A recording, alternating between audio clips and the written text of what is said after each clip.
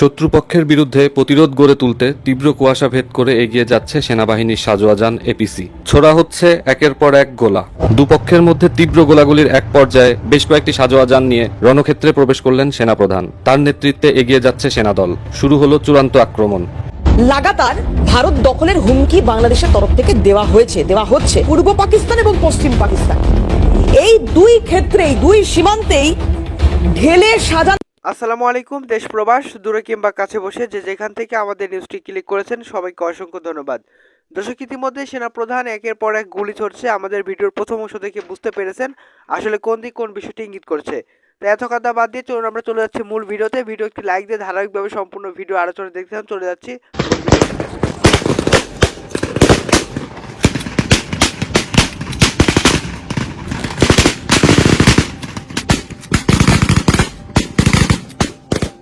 শত্রুপক্ষের বিরুদ্ধে প্রতিরোধ গড়ে তুলতে তীব্র কুয়াশা ভেদ করে এগিয়ে যাচ্ছে সেনাবাহিনীর সাজোয়াজান এপিসি। ছোড়া হচ্ছে একের পর এক গোলা।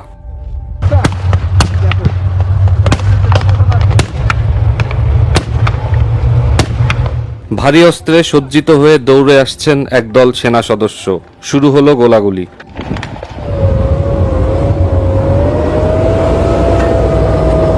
দুপক্ষের মধ্যে তীব্র গোলাগুলির এক পর্যায়ে বেশ কয়েকটি সাজোয়াজান নিয়ে রণক্ষেত্রে প্রবেশ করলেন সেনাপ্রধান। তার নেতৃত্বে এগিয়ে যাচ্ছে সেনাদল। শুরু হলো চূড়ান্ত আক্রমণ। বেশ কয়েক ঘন্টার যুদ্ধ শেষে শত্রুমুক্ত হলো টাঙ্গাইলের দেলদুয়ার। সেনা সমাবেশ থেকে পিস্তলে গুলি ফুটিয়ে শত্রুমুক্ত হওয়ার বার্তা দিলেন সেনাপ্রধান।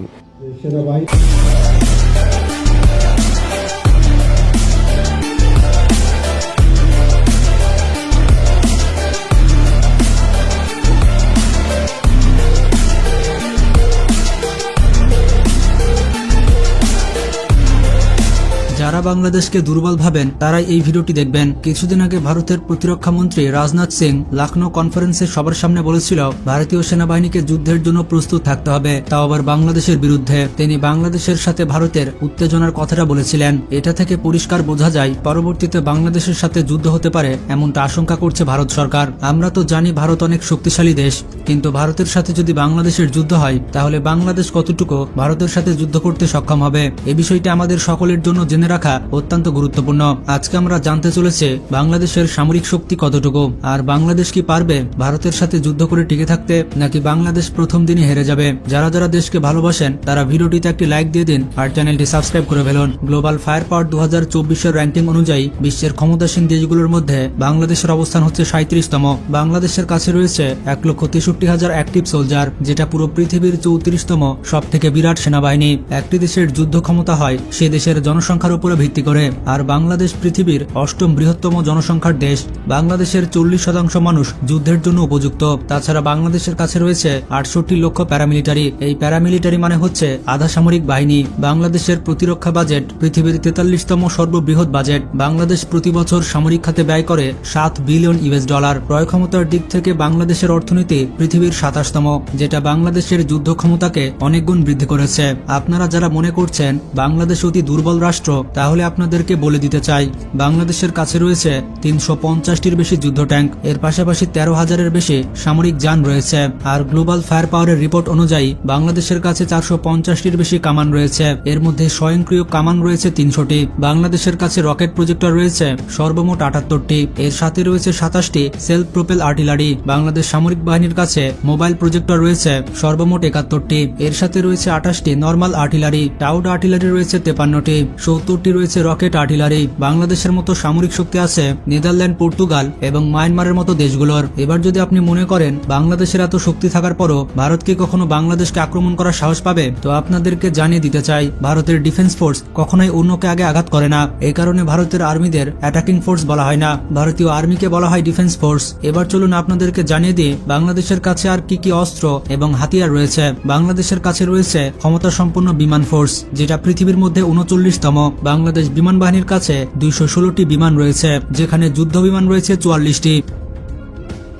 বাংলাদেশের কাছে হেলিকপ্টার রয়েছে মোট 73টি, আর এই সবগুলো হেলিকপ্টার অনেক ডেঞ্জারাস। বাংলাদেশ বিমান বাহিনীতে 16টি F7 যুদ্ধ বিমান রয়েছে, তার সাথে 9টি কে প্রশিক্ষণপ্রাপ্ত বিমান রয়েছে। শুধু এতটুকুই নয়, 15টি রয়েছে L7 বিমান এবং 23টি PT-6 প্রাথমিক বিমান। এর সাথে রয়েছে Mi-71 যুদ্ধ বিমান, 2টি W3 সামরিক বিমান। 2011 সালে বাংলাদেশ বিমান বাহিনী বেশ কয়েকটি ডেঞ্জারাস বিমান কিনেছে, যেগুলোর মধ্যে সবগুলোই ভয়ঙ্কর এয়ারক্রাফট, যার সাহায্যে আকাশ থেকে ভূমিতে এবং ভূমি থেকে আকাশে যে কোনো লক্ষ্যবস্তুতে হামলা করতে সক্ষম। বাংলাদেশ বিমান বাহিনী সম্প্রতি চীন থেকে 2 রেজিমেন্ট বিমান ক্রয় করেছে। কিছুদিন আগে বাংলাদেশ বিমান বাহিনীতে যুক্ত হয়েছে JS-11B। এটা একটি বিপজ্জনক রাডার ব্যবস্থা। এগুলো আকাশের মধ্যে চলন্ত অবস্থায় বুঝতে পারে আশেপাশে কোনো শত্রু বিমান আছে কিনা। এর সাথে অনেক পাওয়ারফুল হেলিকপ্টার রয়েছে। আপনারা বাংলাদেশ বিমান বাহিনী সম্পর্কে ভালোমতো জানলেন।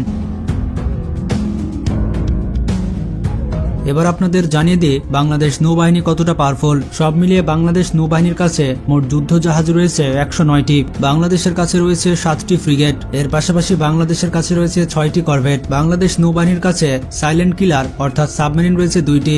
বাংলাদেশ সরকারের উদ্যোগে 2030 সালের মধ্যে বাংলাদেশ সামরিক বাহিনীকে আরো বেশি করে উন্নত করার জন্য নতুন ধরনের যুদ্ধ সরঞ্জাম ক্রয় করা হচ্ছে এবং 30 সাল পর্যন্ত করা হবে। মাঝে মধ্যে এমন দেখা যায় মায়ানমারের রকেট বাংলাদেশের সীমানায় ঢুকে পড়ে, অনেক সময় মিয়ানমারের প্লেন বাংলাদেশের সীমানা লঙ্ঘন করে। এরকম অবস্থায় বাংলাদেশের কাছে যদি সারফেস টু এয়ার মিসাইল থাকে, তাহলে কোনোভাবে মিয়ানমারের রকেট কিংবা যে কোনো ধরনের সামরিক যান বাংলাদেশের বুকে প্রবেশ করতে পারবে না। এটি বাংলাদেশ সেনাবাহিনীতে যুক্ত হয়ে গেলে সেনাবাহিনীর জন্য একটি বড় আশীর্বাদ মনে করা হবে। যুদ্ধক্ষেত্রে নষ্ট হয়ে যাওয়া ট্যাঙ্কগুলোকে নিয়ে এসে সেই ট্যাঙ্কগুলোকে মেরামত করে আবার যুদ্ধক্ষেত্রে পাঠানোর জন্য জার্মানি থেকে নিয়ে আসা হয়েছে এই বিশেষ ধরনের মেশিনটি। শুধুমাত্র এই মেশিনটি নয়, যেটাকে নিয়ে সব থেকে বেশি আলোচনা হচ্ছে সেটি হচ্ছে আর্মেড ভেহিক্যাল বা যেটাকে বলা হচ্ছে ড্রোন। এটি হচ্ছে মানববিহীন ড্রোন। এটি বাংলাদেশ সরকার কিনেছে তুরস্কের কাছ থেকে। এটির নাম হচ্ছে বাইরাক্তার TBT ড্রোন। এই ভয়ঙ্কর ড্রোন কিছুদিন আগেই বাংলাদেশ সেনাবাহিনীতে যুক্ত হয়েছে। এটি বর্তমান এই ছিল আজকের ভিডিও। আশা করছি সম্পূর্ণ ভিডিও দেখেছেন। দর্শক আসলে সম্পূর্ণ ভিডিও দেখে বুঝতে পেরেছেন আসলে কোন দিক কোন বিষয়টি ইঙ্গিত করছে। দর্শক বাংলাদেশের যে রাজনীতি প্রেক্ষাপট তারই আলোকে কিন্তু আমরা গুরুত্বপূর্ণ যে বিষয় নিয়ে দর্শক ইতিমধ্যে যে যুদ্ধ চলছে, আপনারা জানেন যে ভারত বাংলাদেশের যে যুদ্ধটি চলছে আপাতত আমাদের এই ভিডিওতে দেখতে পাচ্ছেন। আসলে আসলে আপনি মনে করছেন কোন বিষয়টি ইঙ্গিত করছে এই যুদ্ধের বিষয়? আপনার মূল্যবান মতামত অবশ্যই কমেন্টস করে জানাবেন। নতুন হলে অবশ্যই সাবস্ক্রাইব করে আমাদের পাশে থাকবেন। আমরা কিন্তু প্রতিনিয়ত সব ধরনের খবর আপলোড করে থাকি। তাই দেখা হচ্ছে নতুন কোনো ভিডিওতে। সে পর্যন্ত সবাই ভালো থাকবেন, সুস্থ থাকবেন। আমাদের এই ভিডিও সম্পর্কে আপনার মূল্যবান মতামত অবশ্যই কমেন্টস করে জানিয়ে দেবেন।